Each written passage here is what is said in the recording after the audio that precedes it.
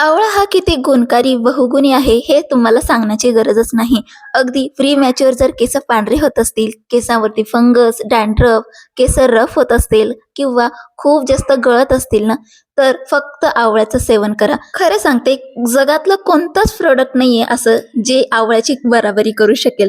कारण की आवळा इतका बहुगुणी आहे, तो फक्त एकच आहे, पण कामं त्याची अनेक आहे. पण त्याच्या आंबट आणि तुरट चवीमुळे आपण त्याला खायला टाळतो. पण आज मी तुमच्यासोबत आहे ना अगदी चटपटीत अशी आवळ्याची चटणीची रेसिपी शेअर करत आहे. बनवायला खूप सोपी आहे आणि महत्त्वाचं म्हणजे वर्ष ते 1.5 वर्ष आरामात टिकते. खरं सांगते, ही चटणी इतक्या दिवस टिकणारही नाही, कारण की इतकी चविष्ट बनते, अगदी 1 ते 2 महिन्यामध्ये संपून जाते. चला तर मग आजच्या इंटरेस्टिंग आणि सगळ्यात बहुगुणी आवळ्याची रेसिपीला सुरुवात करूया. तर येथे मी मोजून 600 ग्राम आवळे घेतलेले आहे. बघू शकतात, आवळे घेताना आहे ना थोडेसे असे टपुरे घ्यायचे आणि जितके कमी दागाचे आवळे असतील ना, तितकेच आपल्याला छान असे आवळे घ्यायचे आहे. खूप जास्त जर दाग असतील ना, तर ते आवळे तुम्ही इथे शक्यतो अवॉइड करा. कारण की आपल्याला याला प्रिझर्व्ह करायचं आहे, म्हणून चांगल्या क्वालिटीचे आवळे इथं आपल्याला वापरायचे आहे. आता हे आवळे मी कमीत कमी 10 ते 15 मिनिटासाठी मिठाच्या पाण्यामध्ये सोक करून ठेवले होते, जेणेकरून यावरती जे काही पेस्टिसाइड्स किंवा मायक्रोब्स वगैरे असतील तर ते इझिली निघून जातील आणि नंतर स्वच्छ पाण्याने धुवून पुसून आपण याला वापरायला घेणार आहोत. आता हे आवळे ना आपण आहे ना वाफवणार वगैरे काहीही नाही. डायरेक्ट आपल्याला आहे ना अशी एक ग्रेटर घ्यायचं आहे. बघू शकता, मीडियम थिकनेसचं हे ग्रेटर आहे. या ग्रेटरनी आपल्याला आहे ना हे सगळे आवळे असे ग्रेट करून घ्यायचे आहे. छोट्या ग्रेटरनी अजिबात ग्रेट करू नका, नाहीतर शिजल्यानंतर आहे ना आवळ्याचे जे काही लच्छे आहे ना ते दिसणार नाही. म्हणून जाडसर अशा किसणीचा इथे आपल्याला वापर करायचा आहे. आता बऱ्याच घरामध्ये ना हे आवळे वाफवून घेतात आणि नंतर याला ग्रेट करून पुढची प्रोसेस करतात. पण त्यामुळे काय होतं, आवळ्याचे जे काही लच्छे आहेत ना ते एवढे काही व्हिजिबल दिसत नाही आणि खाताना आहे ना एक स्मूथ अशी पेस्ट सारखी लागते, मला तरी असं वाटतं. म्हणून मी कच्चेच असे हे किसून घेतलेले आहे. बघू शकतात. आता पुढची प्रोसेसमध्ये आपल्याला आवळे शिजवायचे आहे. तर आवळे शिजवताना आहे ना तुम्ही ना शक्य असेल ना तर स्टीलच्या कढईचा वापर करा, जी की जाड तळाची असेल अशी. इथे तुम्हाला पितळी, लोखंडी किंवा ॲल्युमिनियमची कढई अजिबात वापरायची नाहीये. कारण की हे मेटल आहे ना आवळ्यासोबत रिॲक्ट होऊ शकतात म्हणजे होतात आणि परिणामी ते आपल्या आहारात येऊ शकतात. म्हणून येथे शक्य असेल तर ट्रायफ्लायची कढई वापरा, नाही तर तुम्ही डायरेक्टली नॉनस्टिकची जी काही कढई आहे ती सुद्धा वापरू शकतात. पण एक सेफर साईड म्हणून मी तुम्हाला सजेस्ट करू सांगते, की तुम्ही ना ट्रायफ्लायची जी काही स्टीलची कढई आहे त्याचमध्ये प्रेफर करा. बरं असो, इथे मी ट्रायफ्लायची मोठी कढई घेतलेली आहे आणि यामध्ये ना हलकी-हलकी लेयरिंग करून आहे ना मी सगळं काही इथे असेंबल करत आहे. तर इथे ना 600 ग्राम मी आवळा घेतला होता, तर त्यासाठी मी इथे ना 450 ग्राम बारीक चिरून घेतलेला गूळ घेतलेला आहे आणि 150 ग्राम साखर घेतलेली आहे.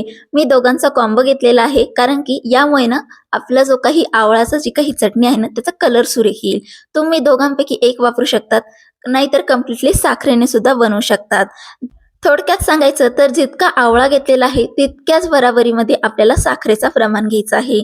जर तुम्ही इथे 1 किलो आवळ्याची चटणी बनवत असाल तर त्यासाठी तुम्हाला 1 किलोच इथं गूळ किंवा साखर लागू शकते. फक्त प्रमाण एवढं लक्षात घ्या आणि तुमचं जी काही चटणी किंवा मोरावळा जे काही आहे ना ते अगदी परफेक्ट बनेल. तुम्ही बघू शकता, व्हिडिओमध्ये मी जसं केलेलं आहे ना त्या पद्धतीने मी याला अरेंज करून घेतलेलं आहे. जसे की आपण बिर्याणीला लेअर करतो त्याच पद्धतीने. यामुळे काय होतं, आपला जो आवळा आहे ना तो सगळीकडून पाणी रिलीज करतो, म्हणजे मॉइश्चर रिलीज करतो आणि आपली जी कुकिंग प्रोसेस आहे ना ती फास्ट सुद्धा होते. आता सगळ्यात शेवटी मी इथं 150 ग्राम साखर टाकलेली आहे.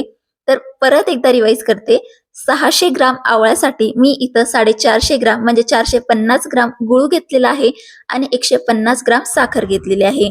टोटल इथे 600 ग्राम स्वीटनर झालेला आहे.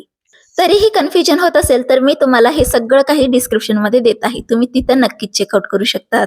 आता यामध्ये आपण काही खडे मसाले घालूया. तर इथे मी ना 4 ते 5 लवंगा घेतलेल्या आहे, 10-12 काळ्या मिऱ्या घेतलेल्या आहे आणि 2 ते 3 इंच दालचिनी घेतलेली आहे. यामुळे काय होईल, हे जे मसाले आहेत ना हे आपल्या आरोग्यासाठी हिवाळ्यामध्ये खूप महत्त्वपूर्ण ठरतात. कारण की हिवाळ्यामध्ये आपल्याला खूप जास्त सर्दी, कफ, खोकला होतो आणि हे लवंग, काळी मिरी आणि दालचिनी आपल्या आरोग्यासाठी खूप फायदेशीर ठरतात. सोबतच इथे मी 1 ते 1.5 इंच आलं घेतलेलं आहे. सुरुवातीलाच मी याला ग्रेट करून ऍड करत आहे. जर तुम्हाला आलं नसेल घालायचं ना तर तुम्ही सगळ्या शेवटी ना सुंठ पूड जी असते ना ते घालून याचं जे फ्लेवर आहे ते यामध्ये आणू शकतात. पण माझ्याकडे सुंठ पूड नव्हती, म्हणून या स्टेजवरतीच मी इथे 1 ते 1.5 इंच आलं इथे ग्रेट करून ॲड केलेलं आहे. आता आपल्याला आवळे छान सॉफ्ट असे शिजवून घ्यायचे आहे आणि लक्षात घ्या, पूर्ण प्रोसेस जी आहे ती आपल्याला कमी फ्लेमवरती करायची आहे. खूप जास्त घाई गडबड अजिबात करू नका. तुम्ही जर हाय फ्लेमवरती जर ही चटणी शिजवून घ्याल ना, तर पाक इथे करपू शकतो आणि परिणामी आपली जी काही चटणी आहे ती लवकरच खराब होईल. आणि खूप वेळापर्यंत जर तुम्ही ओव्हर कुक जर करून घेतलं ना, तर पाक खूप जास्त घट्ट होऊन जाईल आणि आपल्याला आहे ना अक्षरशः हे खाताना अगदी चुवी सुद्धा लागू शकतं. म्हणून आपल्याला व्यवस्थित टायमिंगचा सुद्धा लक्ष द्यायचं आहे. खूप जास्त ओव्हर कुक करायचं नाहीये आणि खूप जास्त कमी कुक सुद्धा करायचं नाही. अगदी परफेक्ट ठेवायचं आहे. तर मी तुम्हाला पुढे सांगेलच. तर येथे मला 10 मिनिटं झाली आहे अगदी मंद फ्लेमवरती आणि बघू शकतात साखर, गूळ छान अशी मेल्ट झालेली आहे आणि आवळ्याने सुद्धा ज्याचं काही ते मॉइश्चर होतं ते रिलीज केलंय. आपल्याला यामध्ये अजिबात पाणी ॲड करायचं नाहीये. जे काही आवळ्यामध्ये मॉइश्चर असतं त्यामध्येच हे जे काही चटणी आहे छान अशी शिजून तयार होते. अजिबात पाणी वगैरे ॲड करू नका. अगदी मंद फ्लेमवरती आपल्याला ही चटणी कमीत कमी 30 ते 35 मिनिटासाठी शिजून घ्यायची आहे. आता ही चटणी शिजली का नाही हे कसं कळणार? तर मी तुम्हाला एक ट्रिक सांगते. इथे चटणी शिजवताना मला इथे 30 मिनिटं झालेली आहे. आता काय करायचं?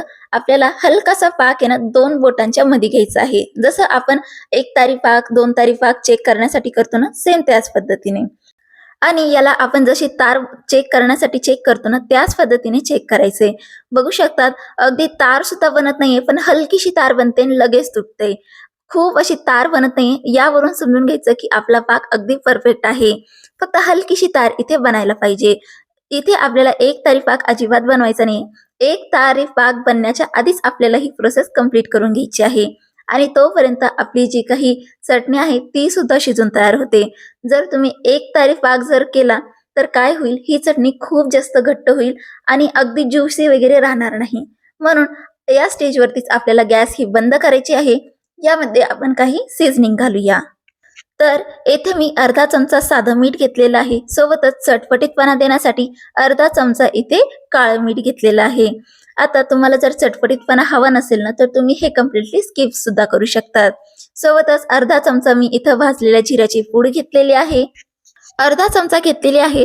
सोबतच यामध्ये ना एक छान असा लालबुंद कलर यावा यासाठी इथे मी ना 1 चमचा काश्मीरी लाल मिर्च पावडर वापरलेली आहे. या ठिकाणी तुम्ही लाल तिखट सुद्धा वापरू शकतात किंवा हे कम्प्लिटली स्किप सुद्धा करू शकतात. सोबतच पाव चमचा हळद पावडर घातलेली आहे. आता व्यवस्थित याला मिक्स करून घेऊया. बघू शकतात आवळ्याची जी काही चटणी आहे ना ती खूप सुंदर अशी दिसत आहे. बघू शकतात तुम्ही. आता ही चटणी आपल्याला कम्प्लिटली थंड करायची आहे आणि नंतरच याला काचेच्या बरणीमध्ये स्टोअर करायचं आहे. इथे आपल्याला स्टीलचा, प्लास्टिकचा कोणताही कंटेनर वापरायचा नाही. एक तर ग्लासचाच कंटेनर इथे आपल्याला वापरायचा आहे. आणि ज्या कंटेनरमध्ये तुम्ही हे स्टोअर करणार आहेत ते तुम्ही स्वच्छ धुवून, पुसून आणि छान असं कडकडीत वाळून घ्या आणि नंतरच यामध्ये तुम्ही ही चटणी फिल करून घ्या. कारण की थोडा जरी पाण्याचा स्पर्श झाला तर ही चटणी खराब होऊ शकते. आणि महत्त्वाचं म्हणजे जसं-जसं हे थंड होत जाईल ना, तसं-तसं जो काही पाक आहे तो सुद्धा घट्ट होत जाईल. बघू शकतात इथे आपलं जी काही चटणी आहे ती छान अशी थंडगार झालेली आहे. बघू शकतात खूप जास्त असं शिल्लक पाकही नाहीये आणि खूप जास्त असं पातळही नाही. अगदी बरोबर क्वांटिटीमध्ये ही झालेली आहे. पण खरं सांगते ही जी चटणी आहे ना खूप चविष्ट लागते. अगदी 1 ते 1.5 वर्ष आरामात टिकते. तुम्ही एकदाच बनवून ठेवा आणि वर्षभर आवळ्याचा आनंद घेऊ शकतात. तर कशी वाटली मंडळी रेसिपी मला कमेंटमध्ये नक्कीच सांगा आणि एकदा तरी या हिवाळ्यामध्ये आवळ्याचा असा वापर नक्कीच करून बघा. चला तर मग पुन्हा भेटूया अशाच नवीन इंटरेस्टिंग रेसिपीसह. तोपर्यंत खात रहा आणि स्वस्त रहा.